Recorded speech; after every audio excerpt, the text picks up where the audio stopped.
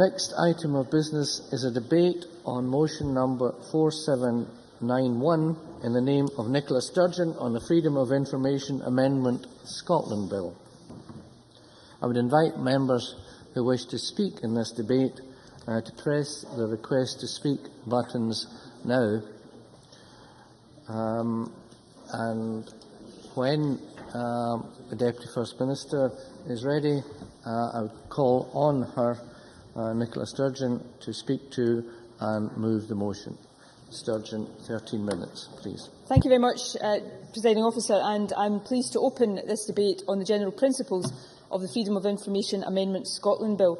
I want to start today by thanking all those who gave evidence to the Finance Committee, and I'm pleased to note the broad support that the Finance Committee has given in its Stage 1 report to the general principles of this bill. I'm particularly grateful to the convener and the members of the committee for their detailed scrutiny at Stage 1 and, as I've said, welcome their recommendation. Can I say at this stage, and I'll perhaps refer again during my speech to specific points made in the report, but in general let me say that the Government is giving very serious consideration to the committee's report and will respond to all of its key points in due course and indeed in light of the points made in today's debate. The Amendment Bill has its origins, as members will be aware, in the desire to right two weaknesses in the Freedom of Information Act. And I know that some might have wanted to see more extensive reform of the Act. However, as the Scottish Information Commissioner has stated in evidence to the committee, the Scottish legislation doesn't need significant correction, and I believe that's a tribute to those involved in the work undertaken in developing the Act in the first session of Parliament, and indeed it's a tribute to how the Act has been implemented by freedom of information practitioners across our public authorities, and indeed how it has been effectively regulated by the Office of the Scottish Information Commissioner. As Scotland's first Information Commissioner noted in his special report, which was presented to this Parliament in January of this year, Scottish freedom of information legislation is widely recognised as being strong and withstanding international scrutiny. However, and I think this is an important point, constantly evolving issues around information rights amid ever-increasing expectations of transparency and openness mean that we must ensure that our legislation remains fit for purpose as it enters its second decade. Let me turn to the first key. Yes, indeed. What she says about the legislation and the way that it was developed in the first place, and I think she's right about that. But it has been suggested that we should have an almost prospective look so that public authorities who are considering maybe transferring responsibilities to trust or ALIOs should at that point consider whether the organisation should be subject to FOI. Rather than doing retrospective changes, the judgment should be made at the time, so we don't always have to play catch-up. Is that not something you should consider? Well, I think that is a fair point, and yes, I'll consider that, and Willie Rennie may be interested in some of the things I have to say later on in my speech, which go to at least some of the points that he's making. I want to deal firstly, though, with the part of the bill that deals with historical records. In 2009, the Government consulted on the proposal to reduce the lifespan of those exemptions in the Act that can't be applied after a period of 30 years.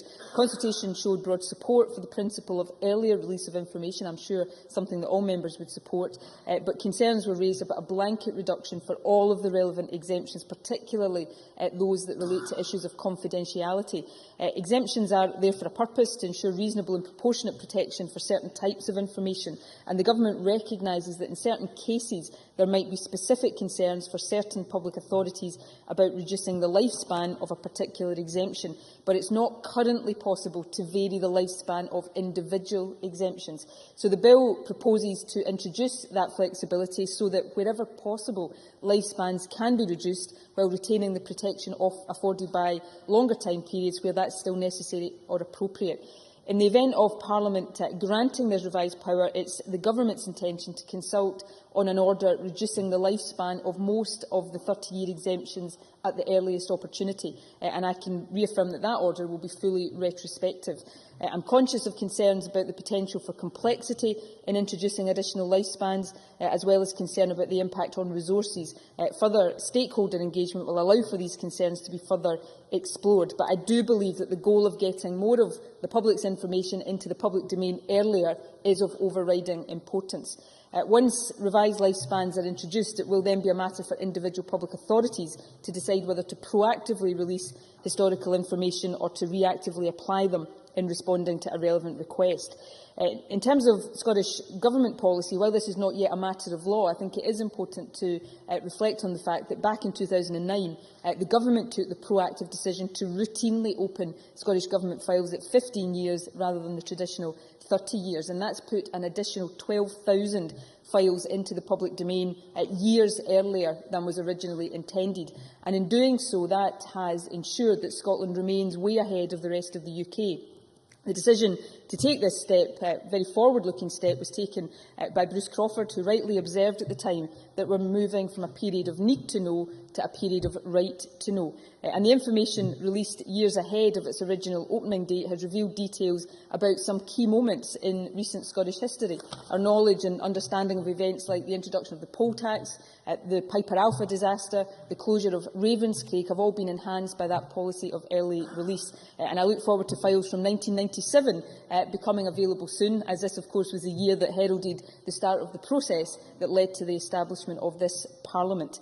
Presiding Officer, the second area where the present Act has been shown to be unsatisfactory is in the ability to bring a prosecution in the event of requested information being deliberately destroyed, amended or concealed with a view to preventing disclosure. It's right, of course, that those committing an offence under the Act are held to account. At present, an offence can only be prosecuted within 6 months of it being committed. Now, due to the potentially lengthy timescales between request and appeal, it's very unlikely that an offence committed during the initial handling period would be detected and brought to prosecution within 6 months of it being committed. And if more than 6 months has passed, then the offence cannot be prosecuted. Indeed, the Information Commissioner estimates that it's not been possible to pursue investigations into suspected offences on 8 occasions as a result. So we propose to make this section more effective by establishing the time limit for bringing a prosecution from the discovery of the offence rather than the commission of the offence. It's clearly important that those who seek to frustrate legitimate requests for information are properly and fully held to account. Presiding Officer, I now want to turn to what I suspect is the most controversial part of this bill, and to deal with this openly with the Parliament. The Finance Committee, and I recognise this, has been strongly critical of the section of the bill that, for shorthand reasons, I will refer to as the Royal Exemption. That section of the bill that would introduce an absolute exemption for information relating to communications with Her Majesty, the heir and second in line to the throne. I understand those concerns, and I agree very strongly, as it happens, that absolute exemptions, as was the original intention, should only be used in very limited and narrowly defined circumstances. It is, though, worth recapping on the reasons why this amendment has been proposed. The intention is to ensure appropriate protection for the monarchy. We live, and as far as this government is concerned, when independent, we will continue to live in a constitutional monarchy with a shared head of state. Therefore, the monarch, as with any head of state, I believe is entitled to an appropriate level of protection as far as confidentiality of information is concerned. And as shared head of state with the rest of the UK, there is a strong argument that the position of the Queen should not be compromised by different approaches to the handling of the same or similar information. That said, I do hear and recognise the strength of feeling that has been expressed on this issue, and I will say to Parliament today that it is the intention of the Government to give very full and very serious consideration to the committee's report before determining what amendments we will bring forward at stage 2. We will look at whether, as some have said, the existing public interest test provides adequate protection, or indeed whether any absolute exemption would be better being expressed more narrowly than has been the case. And I will bring forward the Government's view in order that the committee can consider that at stage 2 of the process. I now want to turn to extension of coverage, and certainly when I appeared before the committee, this was an area on which there was very significant and very considerable discussion amongst committee members. I know it is an area that many of those giving evidence to the committee have also expressed strong views on. I know all of these comments and submissions, and I think it's fair to say that many of the comments that have been made have arisen from a frustration that the power in the Act to extend coverage of the Act has not yet been used by any administration. It's not, of course, correct to say that the range of the bodies covered by the Act has remained completely static, because it hasn't. The public sector landscape is fluid, and on over 60 occasions changes have been made to Schedule 1 of the Act as public authorities are created or dissolved. The power to ensure the schedule remains current has also been used, and indeed it's due to be used again next year to bring in the Rules Council. So I don't believe there is a weakness in the strength or scope of the power itself. However, I do recognise the concerns that have been expressed around the actual use of the power. I can say to the Chamber today that it is my intention to bring forward amendments at stage 2 requiring regular review of the use of the order-making power, as well as a widening of the scope of required consultation. Both of these amendments, I believe, were supported and suggested by the Information Commissioner herself. I also want to reiterate my intention, at their invitation, obviously, to return to the Finance Committee to debate the wider issue of extension of coverage and set out a clear timeline for that work. And I'm happy, in the context of that work, to give due consideration to the point Willie Rennie made. And I would also say today that I am minded to bring forward an order in early course to address the fact that outsourcing by local authorities has eroded the protection of freedom of information legislation, and I'll say more about my intentions in that regard before the conclusion of this bill before Parliament.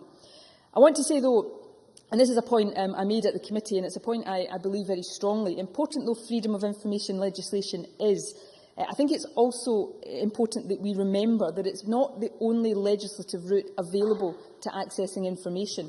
The Government has a notable record of bringing forward legislation and regulation promoting openness and transparency. The Housing Charter, for example, requires landlords to make information available to their tenants about their decision-making processes and service provision. These rights are regulated and indeed enforceable by the Scottish Housing Regulator. Increasing transparency within supply chains for major contracts and capital infrastructure programmes is also a key feature of the Procurement Reform Bill. Yes, I will.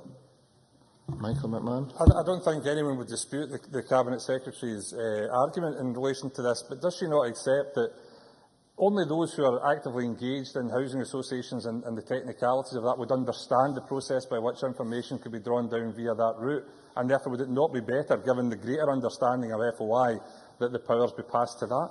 Cabinet Secretary, 1 minute, please. Senses that's the point I'm trying to make. I do think it is important to look at the types of information that the public should have a right to access, and then have a critical view over what is the best way of promoting that access. It may be to better promote and raise awareness of existing routes to get that access, or it may be to use the freedom of information legislation. The point I'm making is that we shouldn't necessarily always assume that the answer is extension of the Act, but if that is the conclusion, nor should we be afraid or hold back from doing that. And that's the kind of debate I think it's appropriate for this Parliament and indeed wider Scottish society to have over the next period.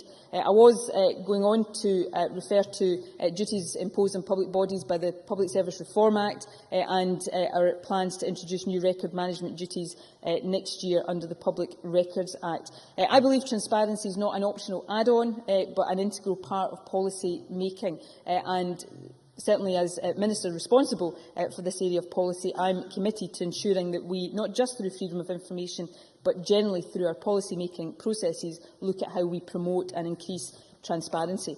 In conclusion, Presiding Officer, because I think I am out of time, I think this is an important bill. It rights a couple of weaknesses in the Act, but it will also pave the way for that bigger discussion around possible extension of the Act that I think it's appropriate for us to have, and I'm therefore happy to move that the Parliament agrees to the general principles of the Freedom of Information Amendment Scotland Bill.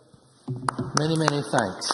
We are extraordinarily tight for time today, so I'd ask members to confine themselves to the allocated time that they have. Mr Gibson, 9 minutes, including interventions, please. Thank you, Presiding Officer. This bill amends 5 provisions within the Freedom of Information Scotland Act 2002. I focus my speech on royal exemption and the extension of FOI coverage. The committee's approach is set out in our report, and can I thank everyone who worked with us during our evidence gathering. Clearly, the evidence impacted on the committee, given the conclusions reached. The committee was content with Bill Sections 2, 3, 4 and 5, and due to time restrictions, I cannot detail these now, but they are addressed in our report. A contentious section of the bill is Section 1 on royal exemption, which would amend Section 2 of the Act. At present, if applying exemption for information relating to communication with Her Majesty, other members of the royal family or the royal household, the public interest in whether or not to release must be considered. The public interest test is a balance requiring the public authority to weigh arguments in favour of release against those for withholding. A limited number of exemptions, for example, court records, national security and defence, are absolute, meaning the public interest test need not be considered. The bill would make absolute those elements of the exemption relating to communications with Her Majesty, heir and second in line to the throne. The Scottish Government stated its purpose is to ensure consistency of approach across the UK, given its shared monarchy, and so ensure an appropriate level of confidentiality regarding such communications, considering it vital to ensure that the monarch, as well as the heir and second in line, can operate according to established constitutional conventions. The Cabinet Secretary elaborated on these points in oral evidence and indeed just a few minutes ago. However, the previous Scottish Information Commissioner held significant concerns in relation to a proposal to introduce an absolute exemption, and that absolute exemptions are not regarded as good practice, and I consider the measure to be unnecessary.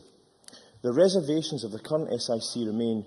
She expressed disappointment that ministers have chosen to retain the amendment. Unison opposes the provision and is concerned about disapplication of the public interest test. The Campaign for Freedom of Information in Scotland does not believe the Scottish Government should have copied the UK Government. In creating this absolute exemption, the SIC emphasised that making an exemption absolute further undermines the road's rights to information. It removes from Scottish public authorities, including me and the Government, the flexibility needed to consider the public interest in relation to what can and cannot be disclosed. The SIC argued that an absolute exemption would be a retrograde step, and the campaign supports this view. On appropriate protections, the SIC argues that there is already adequate provision for the royal family and for discussions that any public authority may need to have that are confidential, are covered by their rights or are a matter for national security. The SIC said that this measure is in direct conflict with the public interest and urges members to consider carefully whether such an amendment is desirable and appropriate before proceeding. The SIC considers the exemption would have the effect of creating Scotland's most wide-ranging absolute exemption in terms of its scope. In relation to international good practice, the SIC states that while the Scottish Government argues that the amendment aims to create consistency with UK legislation, it will in practice lead to inconsistency in handling requests within Scots law due to requests for environmental information under the Environmental Information Scotland Regulations 2004, which originate from an EU directive and contain no specific exemptions for royal communications. Concerns were also concerned that the Westminster Amendment was not subject to full scrutiny. The campaign said, the disadvantage would be that the public would never have the right to know, whereas at the moment, if there is a public interest, the public does have a right to know. The impact would also mean that whoever is writing the correspondence need never fear it would be made public. The evidence submitted against this provision carries weight and authority.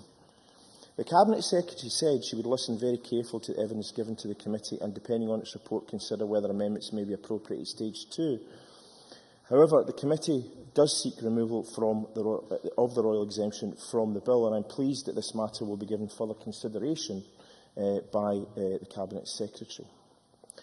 The issue of extending FOI coverage to public contracts with arm's length organisations featured prominently in a number of submissions, such as that of the Campaign, South Lanarkshire Council, Consumer Focus Scotland, SCVO, Unison Scotland and the STUC. The power to extend coverage of FOI already exists through Section 5 of the Act, as we all know, and this allows Scottish ministers to designate public authorities, such as pensions, providing a contracted service on a council's behalf. The issue is the focus of consultations by previous and current administrations. However, even after these consultations, the bill does not address this, and the Scottish Government has not stated in the evidence to Finance Committee whether, and if so, when and on what it will bring forward firm proposals. Audit Scotland's report on how councils are utilising arm's-length external organisations identified around 130 and is concerned that a consequence of using more complex delivery structures involving ALIOs is that the public may be less clear about who is responsible for services and who to complain to if unhappy. It stated, maintaining transparency is a key objective in good governance. The then Minister for Parliamentary Business and Chief Whip wrote to the committee setting out the Scottish Government's approach to the extension of coverage. He referred to the House of Commons Justice Committee's post-legislative scrutiny of the UK FOI Act and stated he was persuaded that the UK Committee's position that openness should follow public money when public services are outsourced, and that can best be achieved through clear and enforceable contract provisions rather than by designating commercial companies under the Act, is the right one. In response to a question about how the Scottish Government encourages NH boards and local governments for myself to prepare such clear and enforceable contract provisions, the Cabinet Secretary said, with regard to contracts, whether they are NHS contracts with commercial organisations or those of local authorities or other public authorities, there is a debate to be had about how we ensure that we have the right balance between commercial confidentiality and the public's right to access appropriate information. Discussing the matter with the committee, the campaign is not persuaded by Scottish Government arguments. When asked if it would take at face value the position of the Scottish Government that it will return to the issue of extension should this bill pass, it said, "We are really just fed up waiting. We emphasise it is not just the current administration that has broken promises. We still do not understand why, when the bill was published, there could not have been a timeline and a list of specifics. However, even if specific organisations were named, that would not go far enough because we know from the Audit Scotland report that more bodies will be created in the future and that, from our reading, those might not be covered by freedom of information legislation." The SIC view is similarly clear. She stated, "I understand the logic of clarifying the Act before extending its coverage, but I am disappointed that the opportunity has not been taken to have a discussion about how and to where we should extend it. In not doing that at the same time, we are missing some serious and significant issues, some of which have already been raised in one form or another." The SIC also highlighted that the focus should not be just on which bodies are brought under the 2002 Act, but also about extending the designation to include information about public services to preserve and enhance the right to information about how public services are delivered. The SIC said, "The designation of some bodies might have been appropriate 10 years ago, but with a review we might find that is no longer appropriate. The world is changing rapidly, so let us review how bodies are designated." The letter from the SIC to the committee, following her evidence, sets out 3 suggestions for amendment of Section 5 of the Act, and these are a requirement for routine review of Section 5, wider consultation and consideration of the public interest.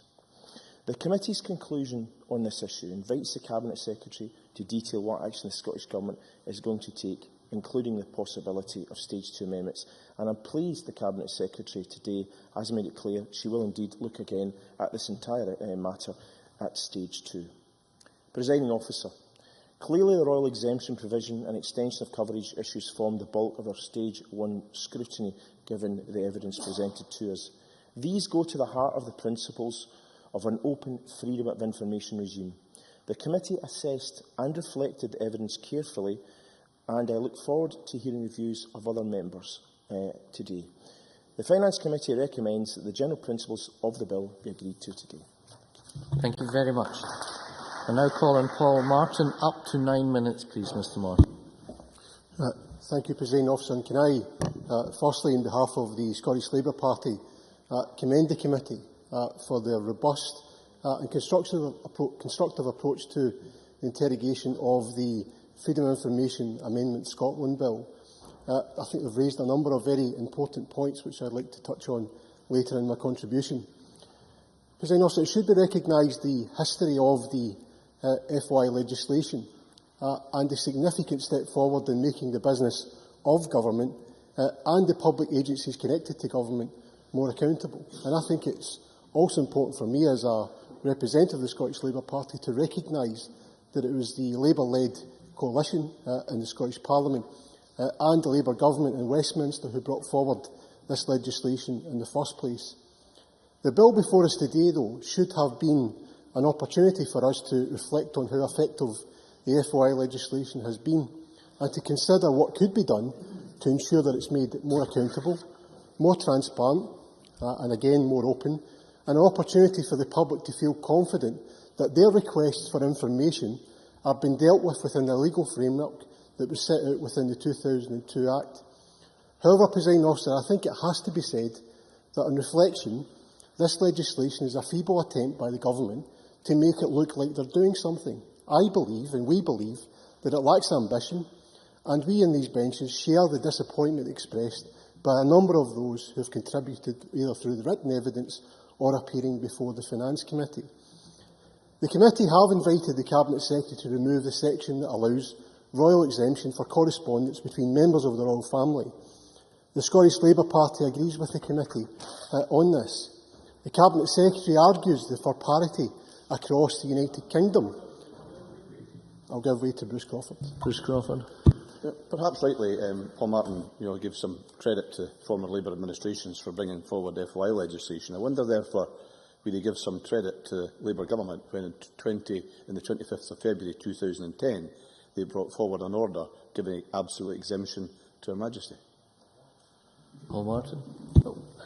Presiding Officer, I think the absolute clarity I would give in that issue is that sometimes we do look at the Scottish Parliament in the context of the devolved settlement, and that does allow us to look at legislation in the Scottish Parliament and how effective that can be in the Scottish context. But I think it is very interesting, though, for a minister who promotes separation to be arguing for parity across the United Kingdom. I think it is a very interesting approach from the Cabinet Secretary, and there's one which she may wish to elaborate later on in her contribution in her closing statement. The argument here, though, should be not whether we should accept the principle of absolute exemption for the royal family. Clearly, all of the evidence from the committee that they have received issues towards retaining the status quo, and the status quo being the way forward. Carol Ewart, in her contribution, representing the Campaign for the Freedom of Information, I think provided a very reasonable explanation as to why the existing legislation has served us well. And there is no evidence to suggest that there has been abuse of the current system. And I think I would ask the Presiding Officer, I would ask the Cabinet Secretary to reflect on these contributions that have been made either through written evidence or indeed through oral evidence. And I welcome her contribution earlier that she will in fact do this.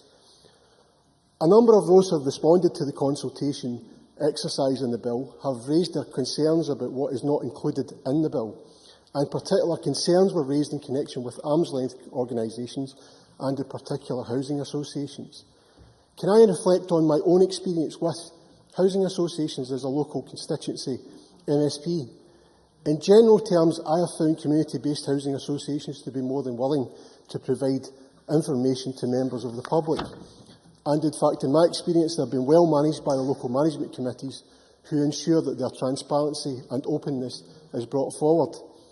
My experience in dealing with national housing associations, for example, the Link Housing Association, has been more disappointing when requesting public information from them. And although they are recipients of significant sums of public money, in my experience they work it on a basis of the public's right not to know and what they think they should know.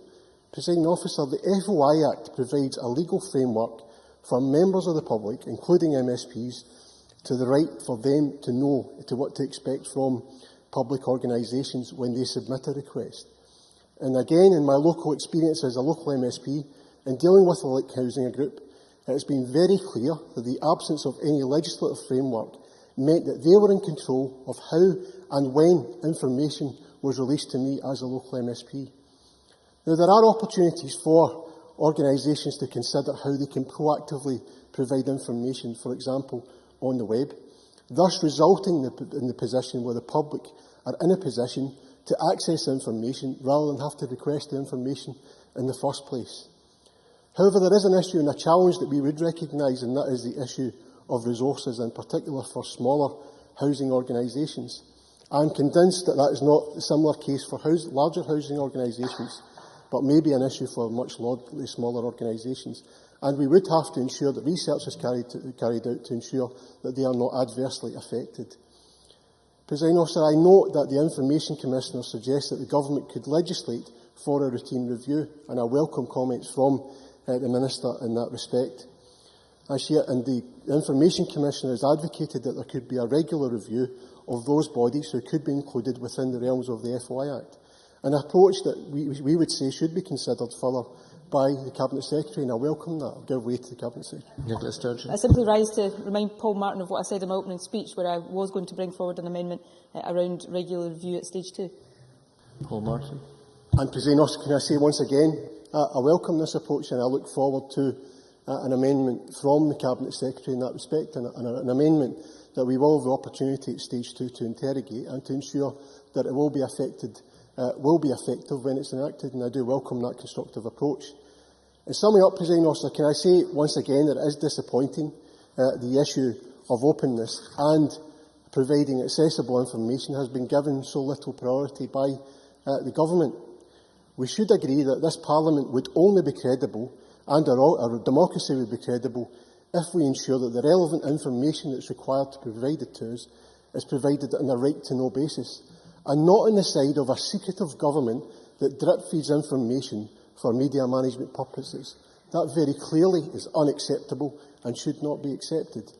Can I say in conclusion once again that we would like to bring forward a number of amendments at stage 2 of the bill, and we would support it at stage 1 on the basis that there will be significant amendments brought forward either by the Government or opposition parties that will be accepted. Thank you very much. Now call on Gavin Brown. 6 minutes, please, Mr Brown.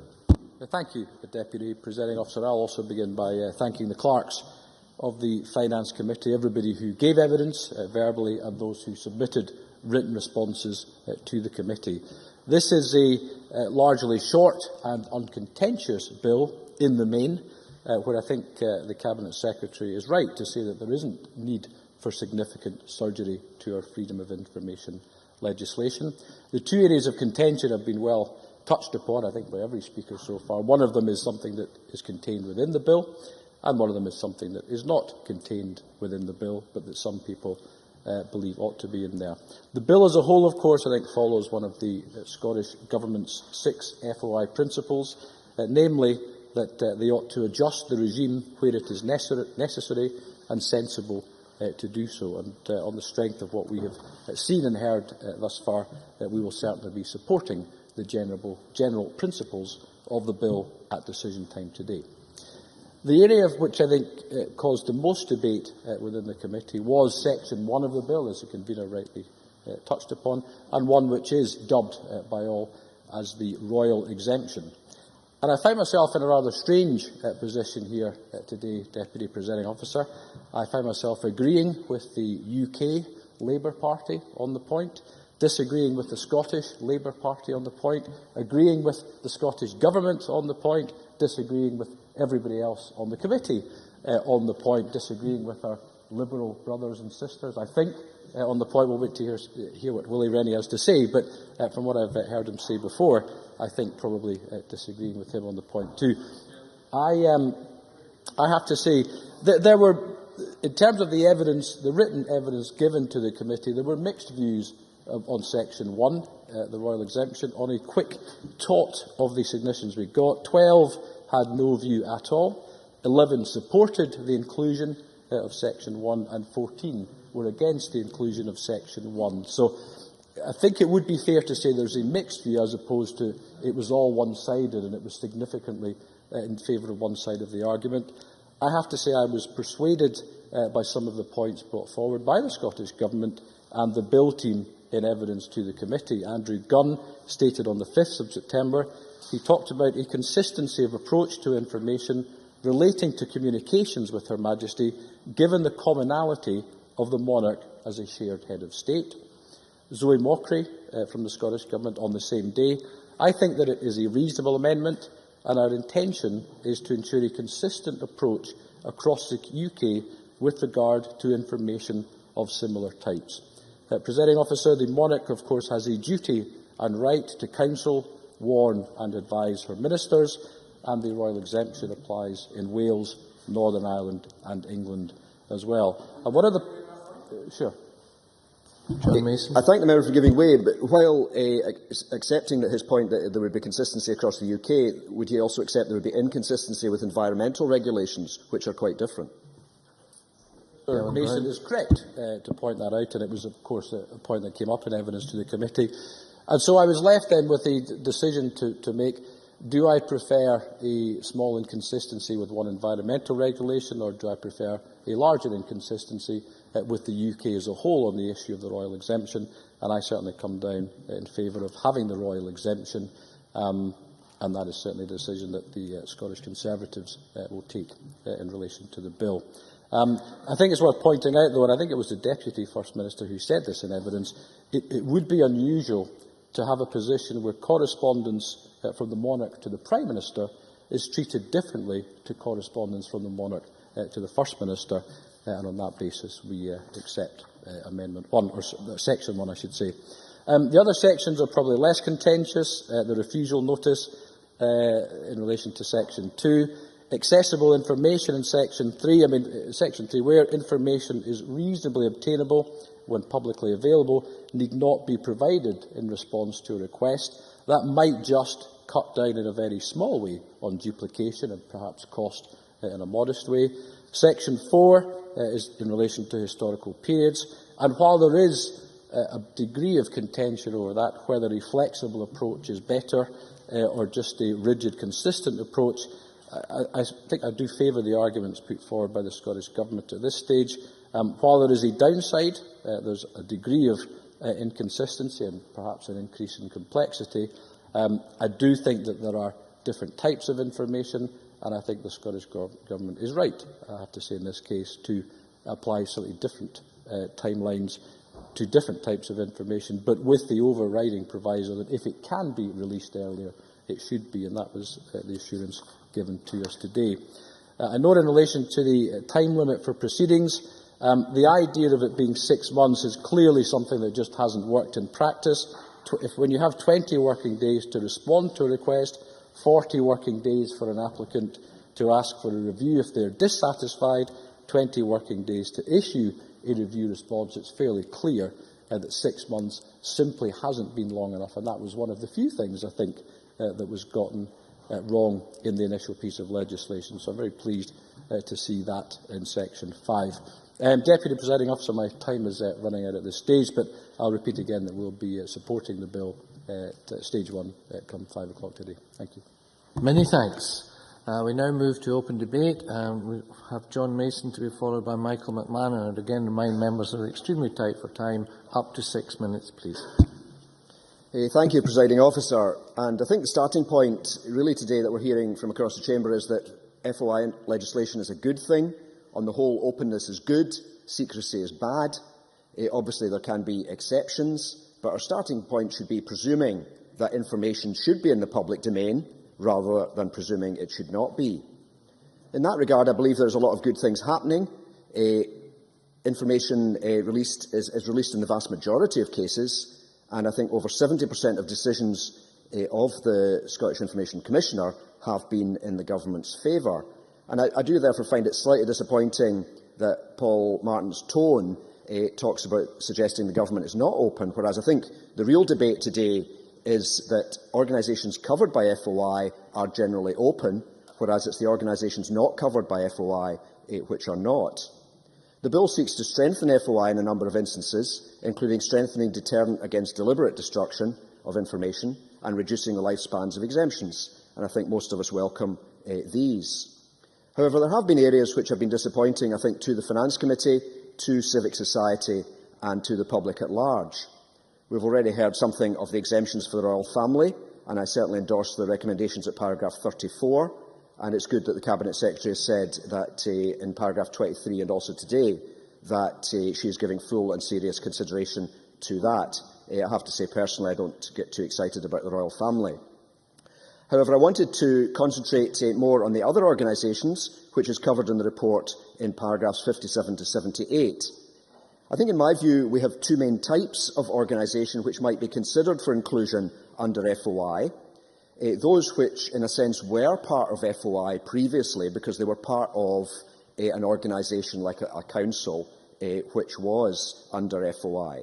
But these organisations have moved out. We call them ALIOs, arm's-length external organisations, and we have many examples of them, it has to be said, in Glasgow, such as Glasgow Life, which was part of Glasgow City Council and at that stage would have been under FOI, but then moves out as a separate legal charity. and this might be considered bringing something like that organisation back in. It would be considered as returning to the starting point rather than actually expanding the reach of FOI. And a number of witnesses did at the committee make that point. For example, Unison said freedom of information rights should follow the money. If it doesn't, the growing number of public services delivered by private companies and other bodies not currently covered by FOI will remain beyond a key tool of scrutiny and accountability. And the point is also made it could actually cost more to have organisations not scrutinised than if they are scrutinised. And they made the point that we could have progressively less information available. Similarly, the Campaign for Freedom of Information in Scotland briefing stated CFOIS believes the public's right to know is now far weaker than when FOISA was passed by the Scottish Parliament in 2002 and became effective in 2005. The key reason is that Section 5 of the Act has never been used to add or designate more bodies. Now, I do accept Nicola Sturgeon's point that there has been a bit of a changeover, but there's not been a major increase in the bodies up till now. Our information access right is strong and enforceable, but the range of information we can access is getting smaller as public services are increasingly moved to other bodies, and those bodies are not covered by the Act. The campaign wants our right to access public information to be restored as well as extended, and that's where I think there's 2 points here. One, restoring what was there before, and secondly, extending. And on the point of extending, should we then expand it to other organisations? There certainly is an appetite for this in some circles, especially where the organisation receives public funds. For example, social rented housing, as has been mentioned already by Paul Martin. I think he mentioned local, smaller housing associations are often quite good. National ones are maybe more doubtful, and I think I would include Glasgow Housing Association in there as one of the more doubtful ones as to how open they have been throughout their life. But that does seem to me something of an anomaly. And I think even speaking to housing associations, some are very relaxed about FOI and some, I accept, are less so. I think Audit Scotland made a good point, which has already been quoted by Kenneth Gibson in paragraph 64, so I'll not repeat it again, but the point that the public is concerned about the service being provided, they are less concerned and in fact may be confused as to who the legal entity is that is providing that service. Now, cost is sometimes raised as a reason for not extending freedom of information, but I do feel that that is the wrong place to start. 1 minute left. Surely we should be asking, first of all, should particular information be in the public domain? And then, as a secondary question, if there is a cost, who should be bearing that cost? I think there is broad acceptance that costs should be shared in some way between the person requesting the information and the organisation being asked for it. That can always be adjusted over time. But I do not accept that cost should be the starting point in deciding whether access to information should be available or not. Now, it has been suggested that there are already powers in place for ministers to extend organisations under Section 5, and I do very much welcome Nicola Sturgeon's assurance that there will be a regular review in future. But I think the key point for me is that what we are looking for is the right to get information, not just the possibility that the information might be available. One of the points that came up at yesterday's briefing that Willie Rennie hosted was that there is a whole cultural problem of secrecy out there, and we really, really want to change that culture. Thank you. Thank you very much. Michael McMahon to be followed by Jamie Hepburn. Thank you, Deputy Presiding Officer. I don't believe that there will be many members in this chamber today who will disagree in principle with the Government in their view that there is a need to reform the Freedom of Information Scotland Act. However, as with the majority on the Finance Committee, there may well also be many who will consider that the Government, having decided to update that legislation, has brought before us a bill that is far from adequate, to say the least. How strange it is that the Government started off with a consensus and ended up introducing contentious issues that broke that initial accord against the will of stakeholders who supported the initial consultation. In short, there was a general desire to see extension of FOI, and there was no disposition towards extension of exemptions.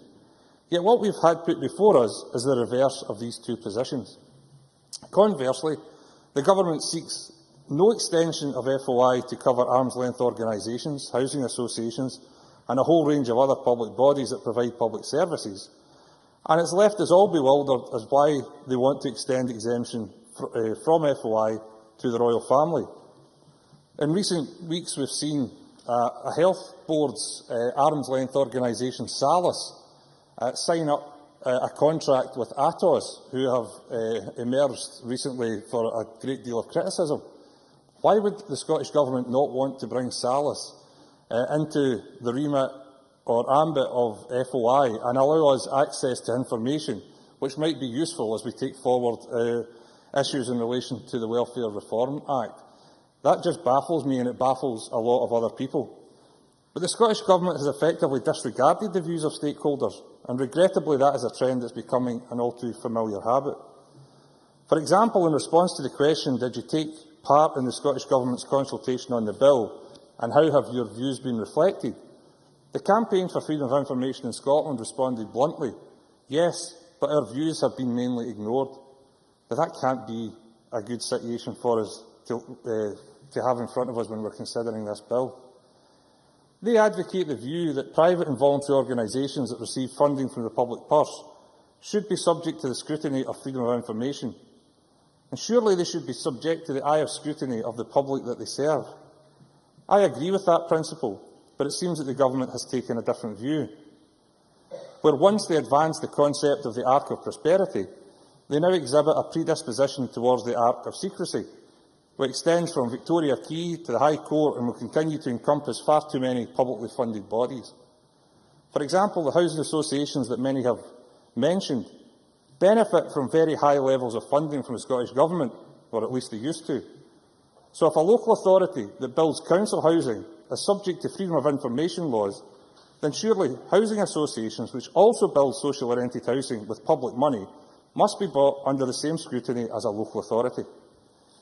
Equally, it seems to me that the basic principle of providing exemptions in a freedom of information bill is not only contradictory, but incongruous. As stated by the Scottish Information Commissioner, it erodes the right to information enshrined in the Act. Now, this proposed bill is only making limited improvements to the Freedom of Information Act. As Unison aptly put it, failing to extend the Act is weakening the Act considerably. The Scottish Government has turned what was seemingly a simple and easy job of extending the Freedom of Information Scotland Act into an over-complex task.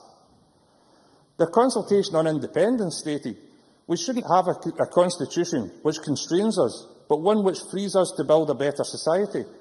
We must renew democracy and strike a new bond between government and the people based on trust and humility. So how can they renew democracy when they want to allow organisations that provide services that are crucial to the public to continue to remain secret? The Government must accept the call for amendments to the bill, and the various stakeholders have made those calls, so I am pleased that the Cabinet Secretary has indicated a desire to engage in that discussion. For as the Campaign for Freedom of Information in Scotland said in their submission to the Scottish Government, consultation, the ability to exercise our human rights is crucial in our modern democracy. So I am truly puzzled as to why a Scottish Government appears so intent in pressing ahead with a bill in a way which is reminiscent to the way that Westminster did it wrongly in 2010. The amendments that were passed 2 years ago were not subject to full scrutiny in the House of Lords due to the imminence of the 2010 general election. 1 minute. To quote the Lords Constitution Committee, it is inexcusable that a government should have taken so long to prepare the bill that it has effectively denied both Houses of Parliament the opportunity of subjecting this important measure of constitutional reform to the full scrutiny that it deserves. So why would the Scottish Government take 2 years to consult and then make the same mistake identified by the Lords of all people at Westminster? Another stakeholder's submission, again from Unison, stated that they were disappointed that the Scottish Government is making only minor changes via this bill. Unison say that the existing legislation is weaker and less clear than it should be for the growing number of public services delivered by private companies and other bodies not covered by FOISA. I could not agree more, and I am also unsurprised that Unison also feel that their views have been disregarded by the Government, saying that ministers have effectively ignored our and other calls for action on extending this Act. You must conclude. This bill can be saved, so we should vote for it today in the hope that the Government will listen to Civic Scotland and show that the consultation was not a waste of time and that this bill can be something useful. Thank you. Thank you. Members must stick to their 6 minutes. Jamie Hepburn, to be followed by Ian Gray. Thank you very much, Presiding Officer. And can I begin by saying I'm a new member of the Finance Committee, and can I thank my new colleagues for the work they've undertaken at stage one. But it does mean I've not had the benefit of taking evidence, so this is somewhat of a new subject matter for me. So I'm taking part in this debate today as much to be better informed for stage two and beyond as for any other reason. I think most people, Presiding Officer, would agree on the need for freedom of information legislation. And indeed, the Scottish Government has 6 principles for freedom of information. And I note its first principle is that it supports freedom of information as an essential part of open democratic government and responsive public services. If we want to have active citizens, if we want people to have the right to access to information, be it information about them as an individual held by an organisation, or indeed information on decisions that affect them and society more generally, then we have to have freedom of information legislation. These matters should not be subject to the cloak of secrecy. And I think we have come some way in that regard. I don't think this bill should be viewed as revolutionary. The 2002 Act changed things for the better. I think we have much better access to information than was the case previously. And can I say, whilst I understand that the campaign for freedom of information might be somewhat frustrated, clearly they are always going to want to go very far in terms of access to information, as they should, as is their right. I can't accept their conclusion that access to information now is worse than when the Act was first passed. Although I do agree with the campaign for freedom of information when they set out that transparency builds trust. Being able to access information makes bodies appear more accountable. So it is absolutely right to consider the provision of freedom of information legislation. And I started off by saying, of course. Willie Rennie. I just want to alert on to the Deputy First Minister's comments earlier, that with the formation of more ALIOs and trusts and arm's length organisations, there has been an erosion of access to information as a result. So I think the campaign are right that there is less information available now than when we introduced the Act. Jamie Hepburn. Well, if time allows, I'll come back to that point, because I want to take on the issue of ALIOs, because I do think it is an important area, and I know the committees have been looking at it, so I'll come back to that point, Mr Rennie. But I said that this bill isn't revolutionary, and I note that one of the other principles that the Scottish Government has in relation to freedom of information is, of course, to operate within the confines of the 2002 Act, and of course this bill seeks to build on that legislation. I want to focus on the two areas, because I know the committee's focused on specific areas, and it's been right to do so, but of course the explanatory notes to the Act set out that the two areas that this bill was to look at were, of course, the order-making power relating to the definition of what constitutes a historical record, and the lifespans of certain exemptions, and the ability to prosecute in the event of information not being disclosed due to, for example, alteration, destruction or concealment. Of course, the Act presently sets out that a record becomes a historical record after a period of 30 years and sets out exemptions to that. But I think it was important, and I think this does demonstrate the Scottish Government's commitment to the provision of information that since 2009, and the Cabinet Secretary pointed this out, the Scottish Government has been opening its archive files at 15 rather than 30 years. And again, this ties in with one of the other of the principles, the 6 principles, publishing information proactively wherever possible. That said, there have obviously been some concerns raised about, in respect of the earlier release of information pertaining to things like social work records, adoption records, and information bequeathed for research purposes. Now, I note that the Information Commissioner believes that the bill has got the balance right, that there are other concerns out there, but I would reflect on the fact that, of course, the Cabinet Secretary has written to the committee about this matter, but also there is a commitment, if they seek to take forward these flexible powers, which I think she has indicated they will be, that this will be subject to consultation. I'm sure that can help ease any concerns that exist there. Turning to the issue of the time limit, for proceedings. Can I agree entirely that this should form part of any legislation, because presently the legislation is probably somewhat restrictive. I don't think it can be right that if a person seeks information after a 6-month period in which it might have been destroyed, that the perpetrator of that crime, because it would be a crime, escapes justice just because no one had noticed that the information had been destroyed. So it's absolutely right to look at this. Can I turn to the two other issues that have attracted a fair amount of attention? I know I've not got a lot of time, and I'll try and touch on what Willie Rennie raised. The issue of the royal exemption. Again, I've not heard the evidence. I did hear the Cabinet Secretary say that she's not disposed towards absolute exemptions. I agree with that position. I welcome the fact that we looked at it again. In relation to ALIOs, in my last 20 seconds, I will try and respond to the point that was made. I do recognise that there are concerns out there. I recognise that the committee's heard these concerns, that committee members have such concerns. Indeed, in my own area, the local authorities are seeking to create a new ALIO in relation to cultural issues. So I think it is right that we look at this again. I hear the government will do that, and I look forward to seeing where that takes us, and I look forward to this bill passing to stage 2. Thank you. And I call Ian Gray to be followed by Bruce Crawford. Officer, it is 10 years since we passed the Freedom of Information Act. That hardly made us trailblazers. After all, in the United States, it was Lyndon Johnson who signed FOI into law as long ago as 1966. But it was, for us, the right act at the right time.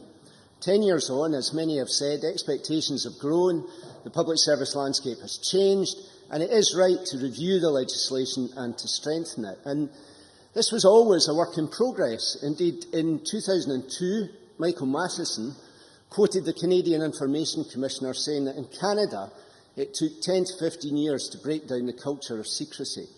Mr Matheson said then, I believe that such a culture is probably even more deeply rooted in Scotland. What we didn't realise at the time was that this was really a statement of profound self-criticism, because the SNP government, of which he is a member, has been as guilty as any administration of resisting both the spirit and the letter of FOI legislation.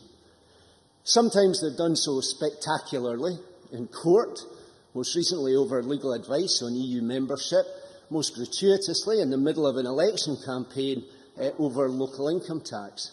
Sometimes they have done it routinely, such as last week, when they refused to tell us if or when ministers had met the big 6 energy companies because they couldn't find the information in their filing system. And sometimes they've done it pretty sneakily, as when emails with referendum expert Professor Quartrop were released, missing the 2 key ones, which then slipped out 2 months later.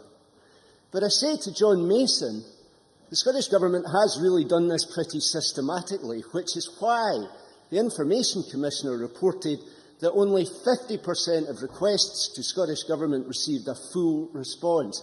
And that is less than any local authority, some of whom respond to 90% of requests. John Mason. The member for giving way. I mean, he almost seems to be arguing against the Freedom of Information Act, because if he's saying that the bodies it covers at the moment, it's not operating properly, is that in fact what he's saying? Ian Gray. No, what I'm saying is that we need the Act, we need the legislation, and we need the culture of openness and transparency as well, because one will not work without the other. And of course, in opposition, the SNP argued exactly that. They argued that FOI was too restricted. Rosanna Cunningham, for example, in 2002, railed against class exemptions, saying exemptions should depend entirely on the content of the information being sought, rather than its broad type. Yet, here we have a Scottish Government proposing to exempt, as a class, all communications with the royal household. In my view, the Finance Committee is right.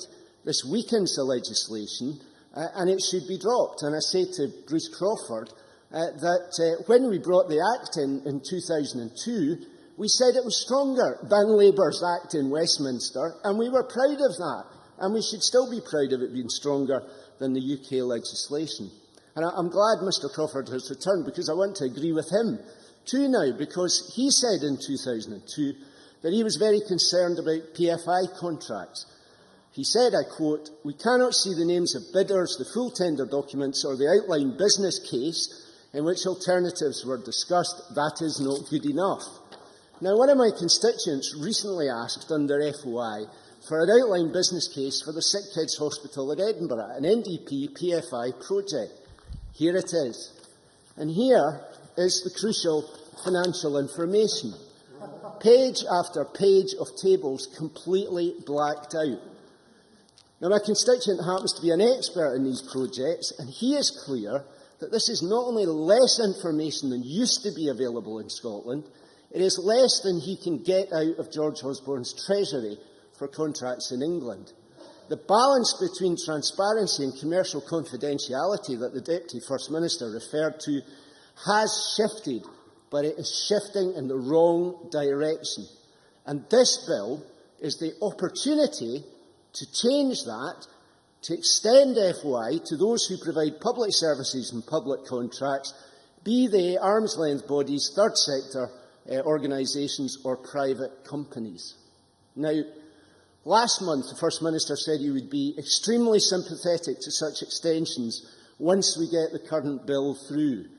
To me, that sounds a bit like grant me openness and transparency, but not yet, as St Augustine might have prayed. 1 minute. And I sincerely welcome the Deputy First Minister's, I think, far more positive assurances that she has given us today, with much more sympathy, I think, to making that extension quickly. This is our chance to strengthen FOI in Scotland and to extend its reach. Ministers should drop the Royal Household exemption, and at the very least they should amend Section 5 to place an obligation on ministers to review the Act, and I welcome the commitment to do something like that. But would it not be better still to also use this opportunity to actually do so now? That would be the strongest indication we could give that 10 years on, that culture of secrecy in Scotland is beginning to be definitively uprooted forever, and that is something that we could all welcome. Thank you. And I call Bruce Crawford to be followed by Malcolm Chisholm. Thank you, President Officer. I want to try to do three things as part of my contribution to the Stage 1 debate on the Freedom of Information Amendment Scotland Bill. But first, let me apologise both to Michael McMahon and to Jimmy Hepburn because to leave the chamber for just a short space during your speeches. Do forgive me. Firstly, though, I want to comment on the need to get the legislation in good order before making any more substantial changes in regard to the freedom of information. I was on the Finance Committee, albeit for a short time. It was a very enjoyable time, convener, when I was there, and only attended one meeting in private where this report was being discussed. Had I continued to serve on the committee, I'm not sure I would wholly have agreed with the committee's recommendations and conclusions at paragraph 34 in the report in regard to Section 1. Much more likely, I might have taken the position that Gavin Brown adopted. But let me come back to that matter later and explain why. And thirdly, I want to discuss when it will be appropriate to consider extending coverage of the FOI regime. But starting with the issue of getting the legislation in good order, in particular the matter of Section 5 and the time limit for proceedings, I think it's correct that the bill makes the legislation stronger by making more effective the ability to bring prosecution where requested information is deliberately altered, destroyed or concealed. And I'm glad the draft bill proposes that a prosecution should be commenced within 6 months of sufficient evidence to justify proceedings coming to knowledge of the prosecutor, but with the backstop of no proceedings being able to be commenced more than 3 years after the commission of any such offence. These provisions will help update and strengthen the current law and bring the statute book into good order. Moving on, however, to Section 1 and royal exemption, as others have called it, as I said earlier, I'm not sure I would have wholly agreed with the committee's conclusions. But why do I say this? It's quite straightforward as far as I'm concerned. It's self-evident from media coverage and particular scrutiny that the monarch, the heir and second in line to the throne, are subjected, and they cannot be treated just like any other public body, and that special provisions are required. And while the monarchy exists as part of the constitution of this country, it's essential that their political impartiality is not undermined. And I hope everybody in the chamber would agree with that, including Michael. Michael McMahon. Crawford for giving me the time to say that I don't. But ask him the question, why would it be right for the royal family in the United Kingdom to be exempted by devolved assemblies and the government of the United Kingdom? But in other countries where she's also the head of state, like Australia and Canada, she would still be subjected to FOI. Well, Bruce Crawford. we can all look at comparisons that go out with these shores or out with these islands, and actually look at the Republic of Ireland. The President of the Republic of Ireland isn't included in the FOI regime there for exactly the same reasons as I'm arguing here. But to enable that, there has to be a space for the monarchy to be able to provide views candidly to any government, with the prospect that these views won't come into the public domain. Otherwise, their views in terms of their political agencies might well be exposed. But I've also obviously heard what the DFM has said in that regard, and I welcome what she's said in that way. But Ian Gray. Turn to our own shores and ask Mr Crawford if he didn't think the recent court ruling, which overturns the exemption for the heir to the throne and which has still been fought through the courts, rather indicates that that exemption on a UK basis may not survive in any case. Bruce Crawford. Well, that process is hardly exhausted yet in terms of that issue that's ongoing. But moving on to extension of coverage, in my view, the Scottish Government rightly argue that any extension of Coverage Act should be considered only after the legislation has been strengthened and dealing matters as they plan to do in Section 5. Even the Information Commissioner said in evidence, and Kenneth Gibson's already noted that she understood the logic of clarifying Act before extending coverage. As members are fully aware, the power to extend the coverage of FIR already exists through Section 5. That's the correct place in legislative terms for any government to do that particular extension. That's why the Section 5 was drafted in the way it was when the Parliament passed this bill into law. But I do welcome the Deputy First Minister's announcement in regard to Section 5 today and bringing forward amendments at Stage 2. However, the main point I want to make is that we should be very, very careful indeed about considering extension at this time. I support the principle of coverage to bodies such as arm's-length organisations created by local authorities. And John Mason made a very good point in that regard. And there are also strong arguments for extending the coverage to PFI contracts and certain RSLs. But I've really got to question whether at this time of significant economic uncertainty and pressures on public service budgets, we want to add to the burdens of those who are already trying to balance their books in very difficult circumstances. 1 minute left. In both the private and public sectors, people day in, day out are having to take tough decisions on where best to apply reducing resources to ensure that either their businesses can remain trading or their high-value public services continue to be delivered. And we can see the difficulties in the world economy today, whether that's the continuing problems in the Eurozone or the problems that the re-elected President Obama is facing with his fiscal cliff, or even this week, the problems being brought forward from the world's third biggest economy in the shape of Japan, which is slipping deeper and deeper into recession. Worrying developments for everyone. Everyone saw the Bank of England's report this week in terms of the state of the economy. We've heard enough in this chamber about the challenges faced by hard-pressed public service organisations without at this time making their lives even more difficult by adding more burdens onto them. I therefore ask the Parliament to give the Scottish Government a bit of breathing space on the matter of extension of coverage. Now is not the time to be adding to the burden of either public or private sector in this way. Thank you. Can I remind members to use full names? Malcolm Chisholm, to be followed by Roger Campbell. Presiding Officer, I'd like to start by thanking and congratulating the committee. I think the Stage 1 reports of committees has always been one of the strengths of this Parliament compared to other Parliaments, and I think the report we're considering today does show the committee system operating at its best. So congratulations to everyone on that committee. Various speakers, including Paul Martin and Ian Gray, have referred to the history of this legislation, and I think it's one of several pieces of legislation that those of us who were involved at government at the time can rightly be proud of. I think not just the Labour members, because we should also pay tribute to the Liberal Democrats who certainly pushed for it, and of course it was Jim Wallace who took the legislation through and famously said, because it's been much quoted in the context of current debates, and I quote from the Stage 3 debate at the time, "Provisions allow providers of services to the public to be added to the bill case by case, and I reassure Parliament that that power will be exercised." And in a sense, the main issue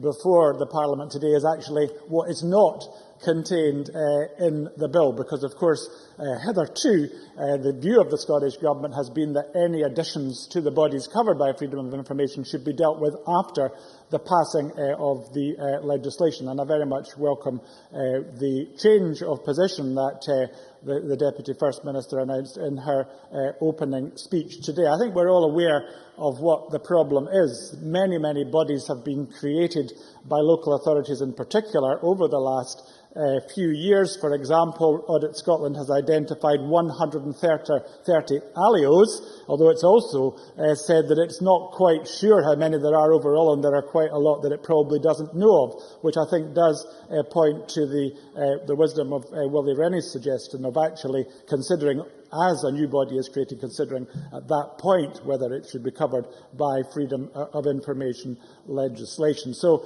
various people giving evidence on the bill have pointed out to the failure of Section 5 of the original Act, and that's why I think amending Section 5 has to be a key part of what this Parliament does at Stage 2 and Stage 3 of this bill process. Now, as I indicated, until today the Government was saying they were not going to deal with that issue during the course of this legislation. The Cabinet Secretary today has referred to two proposals based on regular review and widening the scope of the required consultation, because perhaps an oddity and a weakness of Section 5 is that any new body required consultation only with that body clearly having a particular interest in the matter and the wider public being excluded. So I do welcome that as far as it goes, but I wonder, in fact, whether it goes far enough, because I think we're all familiar with the defence that is used in different situations of, I have reviewed the situation,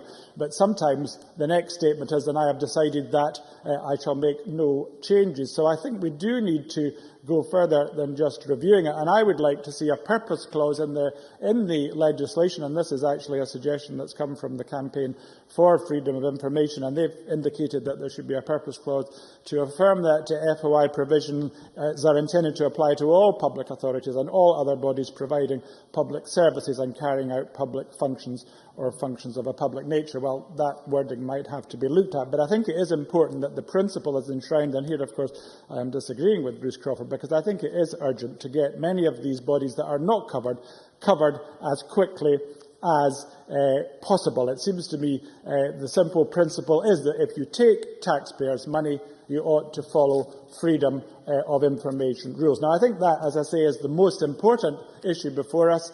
Hitherto not to be considered as part of this legislation, according to the Government, but now, fortunately, it will be considered at Stage 2 and possibly at Stage 3. Now, the next, of course, in fact, the only other substantial controversial issue is the matter of the royal exemption, and I do support what my colleagues say about this and disagree with what the Government say, although I have to say I don't regard it as important as the previous issue that I have discussed. But I think we have all been slightly amused by the astonishing royal coalition that Gavin Brown referred to, and I won't go over all the members of that coalition, but I think it is a matter for some amusement, perhaps, that the Scottish Government in particular is so anxious to have common arrangements across the United Kingdom. The fact of the matter is, as I think Ian Gray reminded us, when we passed our legislation, we were quite proud that it was stronger than the legislation passed by the UK Labour government at the time. So when Bruce Crawford intervened to ask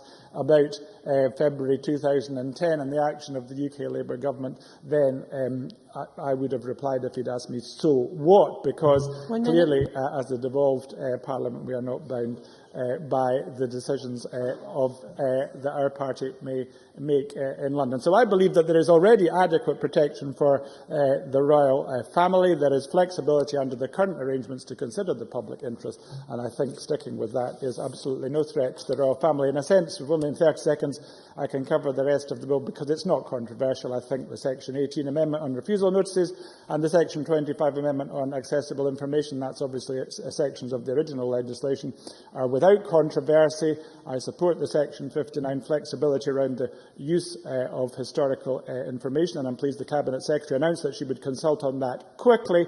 And of course also I support the Section 65 amendment around the ability to bring prosecution if material is destroyed within 6 months of the discovery of evidence is a sensible proposal, although I'm not so sure that we need the backstop of 3 years since an offence was committed. Thank you. And I call Roderick Campbell to be followed by Willie Rennie. Thank you, Presiding Officer. Information is power, or as Sir Francis Bacon said, knowledge is power. I'm reminded of that and of the important role of the Scottish Information Commissioner every time I visit the north east corner of my constituency. The Commissioner is, of course, based in the impressive building of Kinburn Castle in St Andrews and employs 21 members of staff, and very welcome they are in the community. But dealing first with the royal exemption question, according to the Bill's policy memorandum, the rationale for introducing an absolute exemption amendment to Section 41 of the existing Act is that in respect of communications with the royal family, it is intended to ensure there is a common approach throughout the UK to the treatment of information relating to Her Majesty. At first glance, that certainly seems a sensible proposition, particularly bearing in mind that the absolute exemption applies not only applies south of the border for whatever tortured explanation has been referred to by Gavin Brown, a coalition of a Labour piece of legislation but brought into force by a Conservative minister. But nevertheless, among the consultation responses, there have been serious reservations as to the necessity for this absolute exemption. The Scottish Information Commissioner at the time, Kevin Dunyan, said earlier this year he regarded the proposal as unnecessary given the existing provisions in the 2002 Act, and he saw the amendments as, quote, somewhat regressive, creating a wide-ranging absolute exemption which will, in certain circumstances, only be set aside after a period longer than the exemption's current 30-year lifespan, regardless of either the nature of the information or the strength of the public interest arguments in favour of its release. Unison also suggested that the amendments might be contrary to the overall general direction of FOI legislation and, of course, the objectives of the bill, the principles of which seek to ameliorate the existing legislation. It's worth considering also there are a wide variety of other respondents who do not consider the amendments necessary. We know, as indicated in evidence to the Finance Committee, however, in practice, the existing legislation has had a very limited impact in relation to the existing public interest test. Nevertheless, there is an important principle here, and I'm pleased to note that the Cabinet Secretary has indicated that the Scottish Government will carefully consider the Finance Committee's Stage 1 report and provide a view in time for Stage 2. As to the time limit for proceedings, in Section 65 of the 2002 Act, I proposed that a prosecution can begin 6 months from the moment that sufficient evidence is available of an offence, with a long stop for the commencement of proceedings of 3 years from the date of the offence. I agree with that. But it's worth noting also that the Finance Committee's Stage 1 report stated that the Information Commission did not, in the consultation submission, believe that the 3-year long stop would be effective, as the possibility of commencing proceedings after a gap as long as 3 years was very remote, given the evidence of wrongdoing more often than not becomes evident within 12 months of the commission of the offence. The Campaign for Freedom of Information took the opposite view on the 3-year limit, citing an example of evidence coming to light after several decades in relation to Hillsborough as a good reason not to impose any backstop. But I do feel they're in danger of confusing the wider issues here with more important issues in relation to criminal or civil liability generally. As to extension of coverage to ALEOs, the increasing outsourcing of public service provision in Scotland over the last decades, as many members have already referred to, certainly has raised some pertinent questions about accountability. The monitoring body for services, Consumer Focus Scotland, in their submission identified that continued delay to extending FOISA places significant numbers of consumers at a disadvantage. I agree. As to the question of exercising the powers Scottish ministers have under Section 5, Schedule 1 of the 2002 Act, to add bodies and private companies which undertake services for public authorities to the scheme, I agree with the SCVO for very good reasons that the third sector organisations which provide formal services such as care or maintenance of community spaces should not be included in this extension. But I agree that an extension of coverage is necessary to reflect the growing use of ALEOs in public service provision, and I support calls, therefore, from local authorities, trade unions and ombudsmen for that extension to be introduced. And while I'm aware of the Cabinet Secretary's evidence to the Finance Committee that there would not appear to be any advantage in using primary legislation to extend coverage rather than doing so by order, I would hope that in any event, come what may, early progress is made, and I very much welcome her commitment to review and to regular reviews in that respect. 1 minute left. Finally, Presiding Officer, the Bill seeks to amend provisions in the 2002 Act for authorities to issue neither confirm nor deny refusal notices in relation to requests for personal information. This was, of course, recommended by Kevin Dunyan, and I do believe makes common sense. Presiding Officer, I welcome the thrust of the bill and welcome its progress through Parliament. Thank you very much. I now call Willie Rennie to be followed by George Adam. I want to make an admission. I'm not a royal watcher, and I want to join Gavin Brown's Royal Coalition, because I don't think it's one of the major issues, I have to say, in this bill. I am much more concerned about the other issues, about the extension. I think we should focus on the main thrust of what we're trying to achieve with freedom of information. Because I do think we have got a serious problem in the public sector, that there is a culture of secrecy developing. There's a kind of a game playing within many organisations, from the police to the NHS to central government. And we need to address that, because if we don't, it's going to undermine the whole FOI regime. We've only just seen in recent months in Ayrshire and Arran, where Rob Wilson did that great work of actually using FOI information to trigger a major flaw within Ayrshire and Arran about learning the lessons from deaths. You couldn't see a better example of the use of freedom of information. It's not just for journalists and politicians to try and get one over on each other. This actually makes a real difference to people's lives. And that's why it's important that, as the Deputy First Minister said about the erosion, it's important that we address that and actually pull that back. So, certainly. John Mason. I thank the member for giving way, and this is a genuine question. I mean, does he think that it's purely by legislation we can change the culture, or is there something else we need to do to change the culture? Willie Rennie. I actually think it's both. I think we actually need to send quite a clear signal out here that we are not suspicious of freedom of information. We're not cautious about it. We welcome it and we embrace it. And this legislation is partly an opportunity to do that. But we also need to send it out through management, that they need to understand. I mean, I've heard lots of different examples of people trying to gameplay and withhold information, when actually we need to encourage people to be much more open so we can learn the lessons from our mistakes. So I think that's really important, that we really need to address that, because, as the Deputy First Minister said, there has been an erosion. You've seen lots and lots of public money now no longer under public scrutiny. If you look down in Barlinnie, for instance, you can get access to information about Barlinnie, but not about Kilmarnock Prison. You can get tenants in South Lanarkshire can get information about their landlord, but not Glasgow tenants, because they've got a housing association. In East Lothian, the leisure organisation there transferred out into an arm's length organisation. Again, information not available.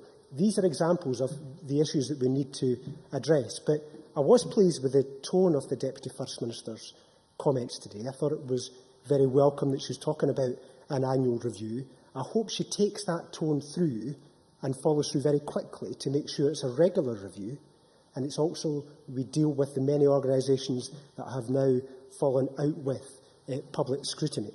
But I have to say, I disagreed wholeheartedly with Bruce Crawford's remarks about the economy. It was an argument almost against freedom of information. Now, I know he endorses FOI, but to argue that there are certain circumstances, including the economy, where that should be suspended, I don't think it's worthy. I think we need to embrace it. It's one of these issues that helps us learn about how to govern properly. And I don't think any excuses, including the economy, it's very severe, but that should not be used. It should not be seen as a burden. It should be seen as an opportunity. And there is an opportunity in this bill to make the changes. And I've already suggested earlier on that we should have an opportunity for public authorities to make a designation at the time of creating new bodies, for them to consider whether they should be included under the FOI regime. It means that we don't have to play catch-up all the time on an annual basis or even more frequently, we actually need to create the opportunity for that to be done at the time, and that will require a change in the bill, but also the annual review that the Deputy First Minister has talked about. She also mentioned about the need to perhaps consider other avenues for public access to information. Now, Kevin Dunyan has commented on this, and if I can quote him, he said, "My second concern is the view being expressed that other initiatives can improve access to information held by those bodies, so that designation is not necessary." And he goes on to say, "However welcome efforts at greater transparency may be, none can provide the benefits of FOISA, namely a statutory right to information, and in particular the right for a dissatisfied requester to appeal to the Commissioner. It's well known, it's well tried, it's well tested. People know that they can use freedom of information legislation to get access to information." And others have commented, including Michael McMahon, that the other mechanisms are not as tried and tested. People are not familiar with those. So I think we should stick with what works. We should extend the coverage so that we do actually make steps back to the ground that we have lost in recent months. Because Ian Gray is right when he talks about there has been a loss of confidence in the government on freedom of information. There's been numerous episodes, many of which he referred to. Now, the one thing the government could do to dispel those is actually change this bill in the way that I have described, extend the coverage so that we can actually get the principle of we follow the money. If there's public money involved, people have a right to know. Thank you. Thank you very much. I now call George Adam to be followed by Alison Johnson. Thank you, Presiding Officer. I also thank the committee for all the work they've done, and in particular Mr Gibson, the convener, not because he's sitting right beside me here at the moment, but although I'm not on the committee, I've followed followed this interest with interest, and I welcome the Cabinet Secretary's open remarks with the potential for taking on board some of the committee's concerns, because obviously, as this debate's shown, there's no quick fix. It's quite a complex situation, and there's various examples that have been used here today, and one in the past was Prime Minister Blair had been a keen advocate for freedom of information when the leader of the opposition, although in his memoirs he then described the act as an act of stupidity undermining serious government. Now, I'm not for 1 minute saying that Tony Blair is a perfect human being and a perfect example of someone using FOI, but I think we're aware of his faults. But I understand that FOI is an extremely complex kind of issue to debate, to discuss and to obviously enforce. The bill amends the provision of Freedom of Information Act 2002, and the bill was introduced to amend various elements relating to 2002 various exemptions. And I think it's important that we looked at some of the debate so far has already looked at concentrated on the royal exemption, and I think that's probably one of the most contentious issues where obviously Mr Gibson's already mentioned, but Kevin Dunyan, the previous Scottish Information Commissioner, said that absolute exemptions are not regarded as good practice, and I consider the measure to be unnecessary. And although my gut instinct is to go with that idea, I do understand that the Queen, as head of state, probably is in a similar situation, as Mr Crawford said, to the President of the Republic of Ireland, who is not accessible to the FOI over there as well. So, again, it's not quite as simple and as black and white as everyone else. On that point? Yes, I will, Mr Gibson. Of course, it doesn't just include the monarch, it also includes the heir to the throne and the second in line to the throne. I don't think there's an Irish equivalent. George Adam. Well, that's a whole different debate entirely. But having said that, I do agree that it's a complex situation and there's things that we have to look at. But I do welcome the flexibility offered by the Cabinet Secretary in our opening remarks. And the Government's taken very seriously the committee's report, and today's debate is an example of this. On the historical records, I agree with the Cabinet Secretary that the reduction in lifespan on historical records has to be a lot better. But I can also understand how these can be difficult in itself as well. From my own kind of working life or time as a local authority councillor, I would say extension of the coverage to include some of the public organisations which have already been mentioned, like various ALIOs, although not in a council that had an ALIO, I'm only too aware of the fact that when you opt out of being in the council, one day you are effectively part of FOI and you can give information, the next day you're not, and that obviously causes a problem with transparency. But my other concerns are with some housing associations as well. I would like an extension to some of them as well, because I think we have to have clarity in all forms of public life. And in particular, one of the ones for me that worries is PPP, PFI contracts, which have been mentioned by Mr Gray and others, because I think there are situations where we should get an opportunity to see what exactly has happened there. But again, we have to balance it with the fact that, at the moment, we have to balance it with the fact that we have to make sure that there is commercial confidentiality, and we have to make sure. But I'm only too aware, as a councillor, as a member on various boards, how you could have a situation where you would be actually giving information to give a contract of some kind for procurement, but not be able to actually understand, apart from a alleged point system, which was quite confusing, to give them how that actually happened, to give them the contract. And that can be difficult in itself. Mr Gray, if you want to come in. Ian Gray. I simply wanted to ask Mr Adam, if he will, in that sense then, support me in my view that the outline business case for the Sick Kids Hospital in Edinburgh should be released so that we can see the affordability in the basis of that project. George Adam. Well, as I said earlier on, I think there's got to be a balance in absolutely everything, and I don't know all the information with regard to your project, so I would have to, before I committed myself on the record, I would have to actually know more about what's happening there. But I think some of the organisations that could be looked at as well, I was a member of the council in the Strathclyde Partnership for Transport, was an example of, we were a constituent member of it, but yet I couldn't get the actual information as a councillor to see how much we were actually getting out of £3 million worth of money that was top sliced and taken away every single year, even when I had a scrutiny, even when it was brought to the scrutiny board within Remshire. So in closing, Presiding Officer, I welcome today's debate and the general positive way in which it's been conducted. This is a serious, complex issue, and as such there are no easy fixes. We only need to remember that Tony Blair believed in FOI in opposition, but is quoted as believing it was an act of complete stupidity, undermining serious government. Serious, complex issues, and it's something that we have to make sure that we debate it in an open and transparent manner. And I look forward to stage 2 and seeing how the bill develops. Thank you. I'm afraid I can only give members from now on 4 minutes. Alison Johnson, to be followed by Chick Brodie. Thank you, Presiding Officer. It's been 10 years since the Parliament of the time passed our freedom of information laws, and the world where government and local authorities can withhold information at will is long gone.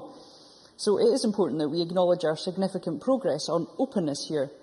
But FOI does have its limitations. There still, as others have said, in some places an unnecessary culture of secrecy, even when there's actually nothing to hide. And the bill brings forward welcome changes to the law, such as the ability to vary the lifespan of historical records, and the changes to timescales for prosecution make sense too, as these crimes might go unknown for a significant time. There is, however, the less welcome inclusion of an absolute exemption for royalty, and I agree with the Finance Committee that this proposal should be removed at stage 2 and support their invitation to the Government to do so. The way the law is set up at the moment, where if it is in the public's interest, the information can be released, seems to me the correct way to have the law structured in a modern democracy. The Information Commissioner has argued strongly against the practice of absolute exemption under FOI, and others have made the point that even if the legislation goes through as introduced, it won't cover environmental information, so if the letter to the Queen's about the environment, it won't be exempt. So, if it's about anything else, it would be, and that is inconsistent, and that doesn't, as Gavin Brown acknowledged, assist public understanding. Another issue that has dominated discussions is the fact that Section 5 powers to safeguard people's right to know by designating new public bodies haven't been used as we might have expected. Some new bodies have been covered, such as the Scottish Human Rights Commission, which is FOI in its primary legislation, but in many cases, new bodies such as arm's-length organisations and the privatisation of public services has led to an erosion of people's right to know. The Information Commissioner in committee stated that since FOISA came into force, 15,000 households have lost FOI results as a result of the transfer of local authority housing stock. Now, this sort of change is quite natural in a period of 10 years. But Section 5 designations are designed to address this. And as discussed, the Campaign for Freedom of Information in Scotland are calling for an amendment at Stage 2 to require ministers to have regards to public views when consulting on new Section 5 designations, not just the views of those organisations affected. And they're also seeking an amendment to create a recurring requirement for Parliament to consider new bodies created every year or 2 years, to make sure we don't see another decade of little action. And I welcome the Cabinet Secretary's commitment to introduce regular review at Stage 2 and to address the issue of public consultation. And Willie Rennie's comments regarding automatic application is certainly worthy of consideration. 1 minute left. It really does feel like now is the time to extend FOI's coverage. The public desire is there. Over 80% of people surveyed want FOI extended to cover new public services, and a vast 91% value the right to know. I welcome the clear statement from SCVO this week that they support the extension of FOI to include all public services, whether delivered by public, private or third sector organisations, and their view that the public have a right to know all aspects of how publicly funded services are funded and run. And with Willie Rennie, and contrary to Bruce Crawford's view, I don't believe that economic circumstances should curtail access to and safeguarding of this right to know. We should have the right to information from a company building a local school or a regional hospital under PPP. We should be able to scrutinise COSLA, and we should be able to FOI the companies running Scotland's privately managed prisons, Serco and Sodexo. And of late, we've even privatised the maintenance of our nuclear weapons at Faslane and Coolport. These sort of public contracts should remain transparent. You must close. Thank you, Presiding Officer. Thank you very much. I call Chick Brodie, 4 minutes, to be followed by Jean Urquhart. Thank you, Deputy Presiding Officer. I plan to support the motion today with one caveat, which the Cabinet Secretary's statement at the beginning of the debate has removed. Freedom of information legislation or amendments to it only works, Presiding Officer, if it faithfully confers to the public the right to ask for and receive timorously data held by public bodies. The evolving changes in political practice and landscape, in our media and indeed in technology demand that our information laws and amendments thereto secure the right of access by our citizens to relevant public information. Important selective exemptions, but not too many, from disclosure should of course protect essential and only essential functions of government, among these being those related to international diplomacy, defence, personal information or specific confidential advice. And I do support Bruce Crawford's comments earlier today regarding commercial information, which would require a much longer and much more detailed debate. In subscribing to the principles of the amended bill before us today, it is important to note that only a small percentage of Scots filed FOI requests last year. Notwithstanding that, Presiding Officer, it is pertinent, however, that we review and amend a bill which is now in its 8th year. It is appropriate to consider changes in the bill to the terms of the longevity of a particular historical record, and as it is to pursue those who will not provide data by destroying it, hiding it, concealing it. That is an unacceptable practice. And, Deputy Presiding Officer, while I had been motivated to support the general argument and thrust of the Finance Committee's observations that to create too many exemptions, even and particularly in the case of the Queen and heirs to the throne, that might defeat the general principles inherent in the original Act. I referred again to the scope and the range of FOI's requests, as I mentioned earlier, and this particularly applies to royal communications which have been but barely requested, notwithstanding the current request regarding the heir to the throne. I therefore welcome the Cabinet Secretary's commitment to consider this particular matter appropriately and that the Government will try to seek convergence with the Westminster Government on this matter, again for reasons covered by others earlier in this debate. Presiding Officer, with regard to Section 57, the historical period, my initial reaction, having recently made an FOI request for data some 30 years old and not succeeding as yet in getting it, was to deny this change, but I endorse the Government's intention to amend the lifespan of exemptions which are time limited, yet to secure flexibility in certain cases, and hopefully mine. Finally, Presiding Officer, I also support the Government's position on the time limit for proceedings brought in cases where information or the seeking of disclosure of data is thwarted by the destruction of such data. We do need a change in our culture and approach to information. Now, given all of the above, Deputy Presiding Officer, I believe the positions proposed in this amendment to the bill take us even closer to the objectives of what we all seek, I believe, which is a much more open society. Thank you. Thank you very much. I now call on Jean Urquhart. Up to 4 minutes, please. Thank you, Presiding Officer. As a member of the Finance Committee, I'm pleased to have the opportunity to comment on the bill at stage one. And I would like to echo the comments of my fellow Finance Committee members in agreeing with the general principles of the bill, but with caveats. The two provisions which have gained the most attention and which the Finance Committee's report is most vocal in questioning are the absolute exemption proposed for communication with some members of the royal family and the extension of coverage to organisations receiving public money. Currently, a public interest case has to be met for communication between certain members of the royal household and the government, and I cannot see how removing a public interest test is itself in the public interest. Additionally, the committee heard during its evidence that this absolute exemption would, in fact, create a new anomaly due to the EU directive on environmental information that contains no specific exemptions for communications with the royal family. And since the equivalent measure introduced by Westminster was rushed through Parliament in 2010 with little scrutiny, perhaps it's the rest of the UK who should be bringing their legislation into line with ours, rather than Scotland regressing to meet theirs.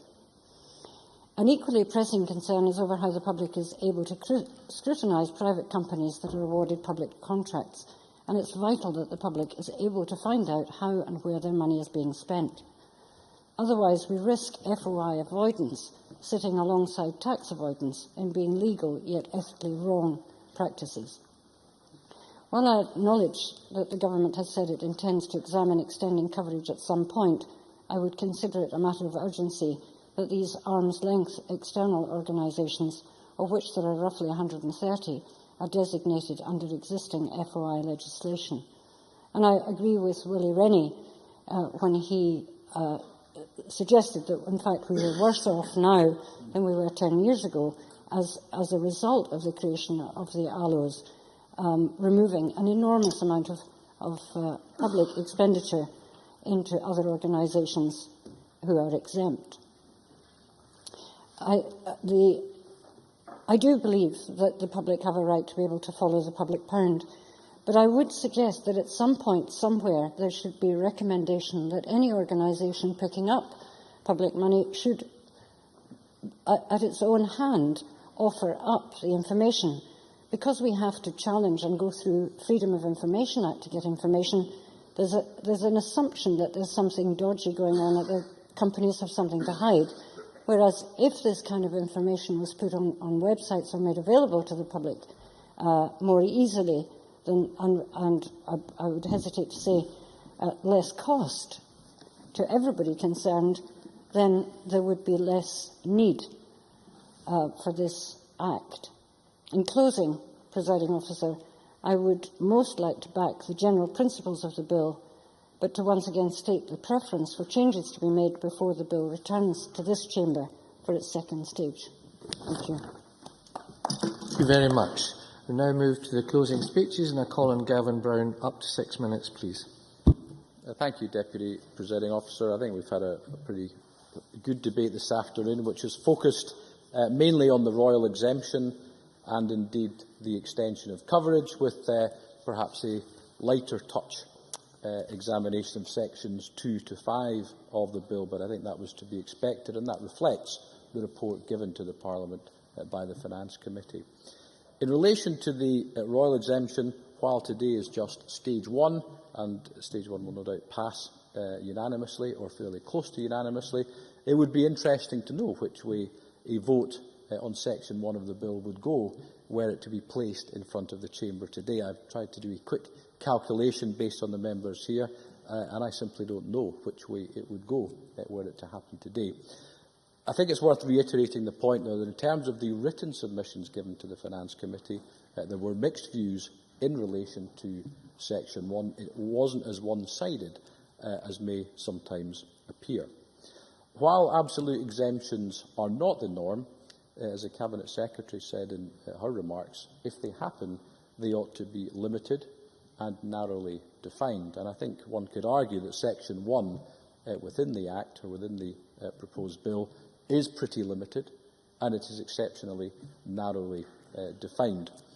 I acknowledge in particular the contribution made by Bruce Crawford, who I fear left the Finance Committee far too early, at least a week too early for my liking, but there we go.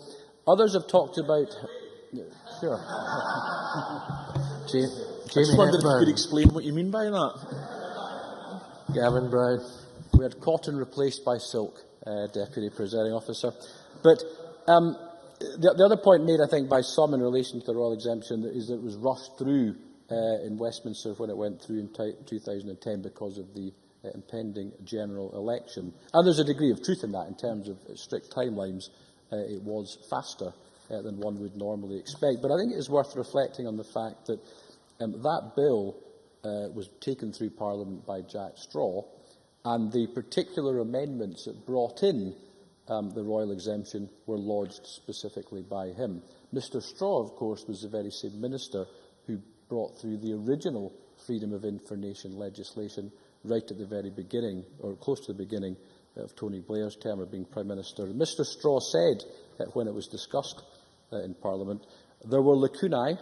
I confess that I am the minister responsible, not in the intention of the Freedom of Information Act, but in its drafting that have raised some uncertainties about the protection of the monarchy in relation to national records.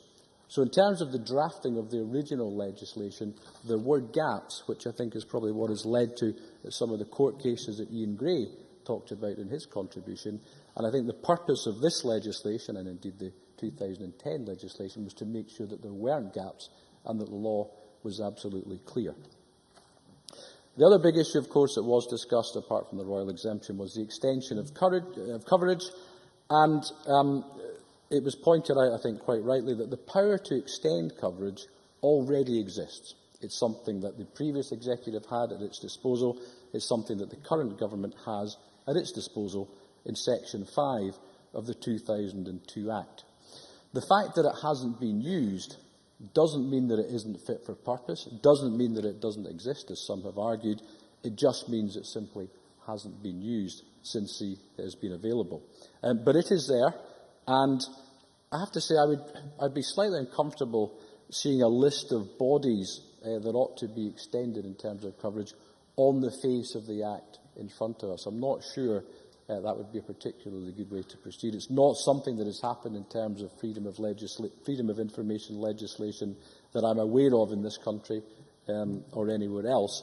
I think it is actually the right approach to pass the bill, to get it through Parliament, and then I think quite quickly look very carefully at who ought to be covered and also who ought not to be covered. I mean, the changing shape of the entities... Yeah, sure, happy. Were there any? Anybody is suggesting that we put on the face of the bill a list of organisations. What it was talked about was a kind of a purpose, a kind of an ability for organisations, public authorities, to determine at the time of creating a new body that they should be included, rather than including it on the face of the bill. I don't think that's really what's suggested. Gavin Brown. I wasn't specifically addressing my remarks at Mr Rennie, but I certainly feel from the evidence I've seen both in written form and evidence given to the committee that there are some who felt that there ought to be on the face of the bill. I wasn't, but I certainly wasn't expressing it just at him. But in any event, I don't think there ought to be a list of bodies on the face of the Act. I think I do welcome quite strongly the comments from the Deputy First Minister, who I think didn't just say amendments might come forward. I think she gave a positive indication that amendments would come forward in relation to both who ought to be consulted in relation to which bodies ought to be covered, but also to have it in the legislation that there ought to be a regular review, so that the power that has existed for quite some time is one that will be used continuously going forward. In relation to the timeline, I think I would say the more specific that we can be with the timeline, the better it's going to be for the passage of the bill at stages 2 and 3. So, with that, Deputy Presiding Officer, I'm happy to leave it and say again we'll be supporting it at stage 1. Thank you. Thanks. Now calling James Kelly. 7 minutes, please, Mr. Kelly. Thank you very much, Deputy Presiding Officer. I welcome the opportunity to close this afternoon's FOI Scotland Amendment Bill debate on behalf of the Scottish Labour Party. The Scottish Labour Party will be supporting the general principles of the bill at stage 1 at 5 o'clock. I want to start by thanking the Finance Committee for the detailed work that they've done on consideration of this bill. There's no doubt that of recent times there's been some criticism of the way some of the parliamentary committees have gone about their work, but none of that criticism in terms of this legislation could be levelled at the Finance Committee. And it's clear not only from the report, but from the thoughtful contributions that many of the committee members have given during the course of this debate, that they've taken their job seriously and interrogated the legislation robustly. There's no doubt, as Michael McMahon said, that this legislation is really sort of some technical changes which are pretty minor in nature, and I think there's, with the exception of the royal exemption, there's broad agreement in terms of the sort of basic points in the bill. Nobody is going to disagree with proposals to, tidy up the lifespan on historical records. As Jamie Hepburn pointed out, it's absolutely logical that in terms of offences that the 6-month period starts from when evidence is amassed, as opposed to when evidence evidence is commissioned as opposed to amassed. And these aspects are absolutely logical, and I don't think people will disagree with those. I think, as Willie Rennie and Ian Gray pointed out, there is an issue with the current legislation in terms of there's no doubt that there are some organisations and public bodies who are getting very expert in terms of dealing with FOI requests and being able to release the minimum amount into the public domain. Clearly of great concern, the example Ian Gray used in terms of a contract where the financial information was redacted. That is clearly not what was the intention of the original legislation as brought forward. A number of members, including Paul Martin, have argued the case that, really, to an extent, at this stage it is a missed opportunity, and the legislation should be looked at to extend into other organisations and ALIOs. I think, as Jean Urquhart pointed out, there are now 130 ALIOs, and as John Mason demonstrated, the nature of the public sector has been changing quite a bit in recent years, and the legislation on FOI has to change in order to keep up with that. So I think these are important points, and I know that the Deputy First Minister did give a commitment to look at these issues at stage 2, and you would want to see some amendments that would make the bill more fit for purpose. The issue that caused most discussion during the course of the debate was the one of the royal exemption. And I suppose you've got to wonder, why did the government take up the position that they did in adopting a royal exemption in the stage 1 proposal for the bill? And I think they have viewed it through the prism of the independence referendum. It's quite clear, looking at the SNP over the course of the last year, that they've tried to adopt a more cautious approach in order not to scare the voters. They've been telling the voters that they would keep the pound, that they would still be wedded to the Bank of England. Alec Neil even said that we would still be British even if we voted to be independent. Therefore, the point is that I think the SNP have adopted this proposal. Who who'd have ever thought it? The Deputy First Minister cuddling up to the British establishment. And I think the reason for that is that they thought that adopting a more cautious approach might appeal more to the voters. But it's clear from some of the speeches of the backbenchers that that is not a uniform view within the SNP. I think, again, as Jean Urquhart pointed out, the public interest test remains in the current legislation, and I think that would give adequate protection to the royal family. I think, yes, I'll give way to Jamie Hepburn, briefly, please. I wonder if the member would suggest that when Gordon Brown instituted his absolute exemption for the royal family, was he doing it for electoral gain? Mr Kelly, 1 minute and 25 seconds, please. It's good to see that Mr Hepburn's joined the Finance Committee. He's clearly been put there to join forces with some of the other awkward members of the awkward squad on that committee and give some difficulty to the SNP. I think that as Ian Gray pointed out, that one of the fundamental problems that undermines the credibility of the SNP with this legislation is the clandestine approach that the SNP have adopted in recent times. We've seen £100,000 wasted in challenging the release of FOI information relating to plans for getting rid of the council tax and replacing it with a local income tax. A waste of public money. And only in recent weeks, around the controversy over the challenge on EU legal advice, advice that was non-existent, and yet the government went to court spending £12,000 of taxpayers' money wasted in order to challenge that in the courts when there was absolutely no need. And that undermines the credibility of the government. And we saw that again today with the First Minister, not able to be accurate with his figures. I see he's come to the place. And that therefore means, in summing up, Deputy Presiding Officer, that there are real questions that remain for this government in terms of their approach to transparency and openness, if they're going to retain the trust of the public. Thank you very much. I now call on Nicola Sturgeon to wind up the debate on behalf of the government. 9 minutes, please, Ms Sturgeon. Thank you, Presiding Officer. I was going to say this has been a good debate, and until about the last 2 minutes it was a good debate. There have been some excellent contributions. Kenny Gibson, Gavin Brown, Jamie Hepburn, Paul Martin, I thought made a good contribution, Bruce Crawford, Malcolm Chisholm, Rod Campbell, Chick Brodie, George Adam and others.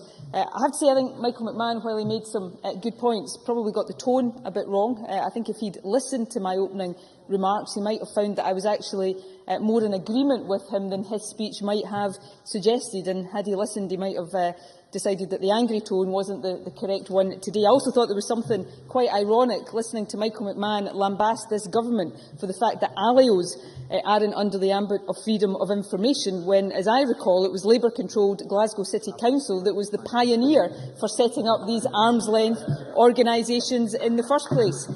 Ian Gray likewise made some good points, but I have to say I thought he was in serious risk of losing these points at times in the usual overblown spleen venting about the SNP that's become the hallmark of those on the Labour benches. The substantive point I want to address at the outset is the point Willie Rennie made. Willie Rennie, some more spleen venting, yes. Ian Gray. John Mason, a simple fact that only 50% of FOI requests to the Scottish Government are responded to in full. Some local authorities achieve 92%. That is a simple fact. Surely it must say something about the culture in the Scottish Government. Well, it's also a fact that a significant proportion of all freedom of information requests that come to the Scottish Government come from those in the Labour benches or those associated with them. But I want to turn to a serious point. Willie Rennie said that we were developing, not the government, but public sector in general in Scotland, were developing a culture of secrecy. I'm not sure I agree with that. In fact, I don't agree with that. I think you can agree, as I do, that freedom of information has been eroded to some extent because of the change of structure of organisations like ALIOs, without coming to the conclusion that that is somehow part of a culture of secrecy. But if Willie Rennie is right, then I think it's incumbent on all of us as politicians in this chamber to consider perhaps both our role in that and also our role in the solution, because increasingly we do see on all sides freedom of information being used not as an attempt legitimately to get information, but as a weapon in the broader political war. And I think we all have to reflect on that if we want to change the culture to which Willie Rennie referred.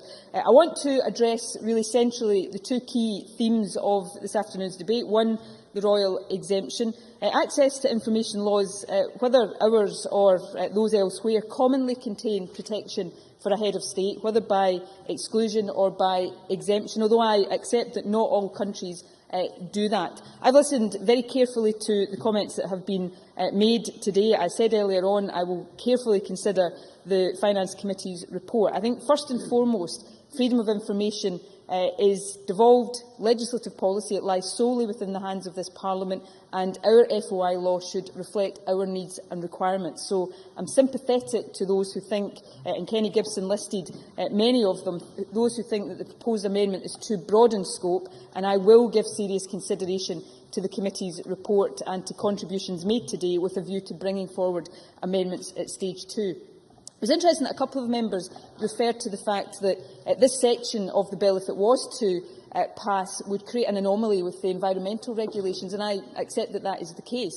But I would say to members there are many anomalies between freedom of information and the environmental regulations as things stand, and it's perhaps ironic, given that we're talking here about a proposed absolute exemption, that one of the ways of dealing with those anomalies would be to have an absolute exemption under freedom of information for requests for environmental information, thereby making sure that they were always dealt with under environmental regulations. And who knows, there may be a backbencher in this Parliament that would want to bring forward an amendment at stage 2 to that effect, which would deal with the anomalies that exist between these two regimes. On the issue of extension of coverage, that's been central to the debate. I do think it's incorrect to state that coverage remains as it was when the Act came into force, but I am sympathetic to those concerned about the lack of use of the order-making powers at Section 5 of the Act. I don't believe the power itself is unfit for purpose, but I am persuaded that there's not enough of an obligation on ministers to regularly assess the use of the power, or indeed to ensure that sufficient breadth of opinion is taken into consideration when consulting on its use. So I do say, as I said earlier on, that we will bring forward amendments to this section before stage 2, and indeed we will build in a regular review which the Information Commissioner herself proposed. In respect of extension itself, as I've repeated on several occasions, we will return to this once this bill has completed its parliamentary stages, and I look forward to engaging further with the committee in setting out a timeline for that work. I think John Mason got it absolutely correct when he said there were two categories. They were organisations that had previously been subject to FOI, but because of outsourcing were now no longer within the ambit of FOI, and then there was the category of organisations that, if we were to bring them within scope, would be coming within scope for the first time. I believe that there are some organisations, culture and sport ALIOs being the obvious example, where the argument in favour of inclusion is clear-cut. There are other cases that I think are more open to debate. So we should have a debate, we should have a staged approach to that that ensures that we are not holding up action where that is necessary and required, while we consider our approach in other areas. So I'll take a brief intervention, yes. Turning to her previous comment, she implied that she wasn't in favour of considering the pre-ruling by public authorities of new organisations that have been considered or being created. Is she ruling that out, or will she consider that in future? No, I thought I was clear when I responded to Willie Rennie's intervention that I'm happy to give consideration to that, both in terms of this bill, or if we don't feel that that's something that can be done or should be done in this bill, in terms of the further work that we take forward, and I'm more than happy to give open consideration to that. In conclusion, Presiding Officer, this has been a good debate. It's been a debate with a considerable degree of interest. Some important issues have been raised, and I look forward to continuing to engage with members across the chamber and indeed with the committee as we go through the further stages of the bill. Many thanks. And that concludes the debate on the Freedom of Information Amendment Scotland Bill, and it's now time to move on to the next item of business. But before we move to decision time, I would like to return to the points of order raised earlier. The First Minister has requested the opportunity to respond to the points raised. First Minister. Presiding Officer. Now, in response to the points of order made earlier this afternoon, I'd like to clarify the Government's position regarding college funding that members have drawn attention to. First Minister's questions earlier this afternoon, I quoted the figure of £545 million for the year 2011-12 in revenue funding for the colleges. The figure I used was provided to me. It was used in good faith. However, it failed to take account of budget revisions to college funding. There was no intention to mislead. Indeed, this can be seen and demonstrated by the fact that the Cabinet Secretary for Education, in a letter to the Education Committee on 18th October, set out the correct figures. These are £555.7 million in 2011-12, £546.4 million in 2012-13. The difference in these figures is £9.3 million, which equates to 1.7% of the £500 million 2011-12 college budget. I'll place the table I was quoting from into Spice, and members will see if the various figures I quoted, it was only the 2011-12 figure which was incorrect. The figures I quoted for this year and for next were correct. Let me turn to the point made about the Audit Scotland report. The figure Audit Scotland used in the report of 18th October for 2011-12 excludes the budget revisions made after the spending review was published. Also, we have yet to announce revisions for 2014-15, if any, and therefore, by definition, it is not possible to calculate what the final position will be. However, the comparison can be made between the 3 years that are set out in the Education Secretary's letter to the Committee of the 23rd of October.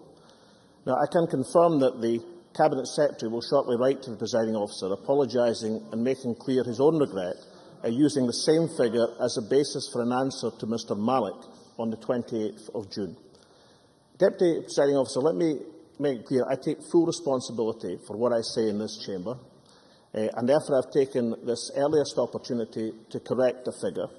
The figure should have been £556 million, not £545 million, and I apologise to the Chamber for this error. Thank you very much. The next item of business.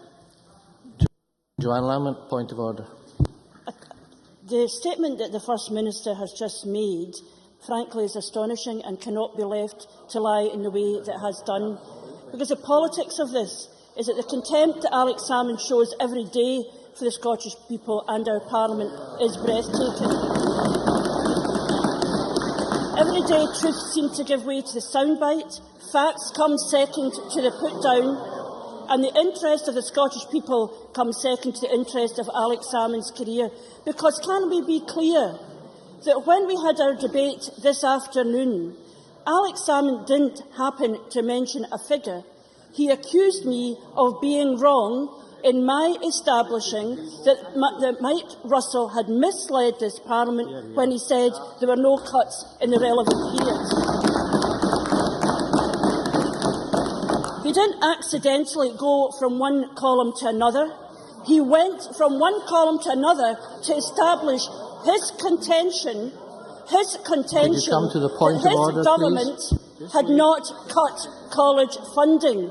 Now, we hear a lot about the First Minister's position on education, but the substance of what was being told today Would you come to the point of order, there was please? no consequences to his position in education, and our contention that his position is to attack further education.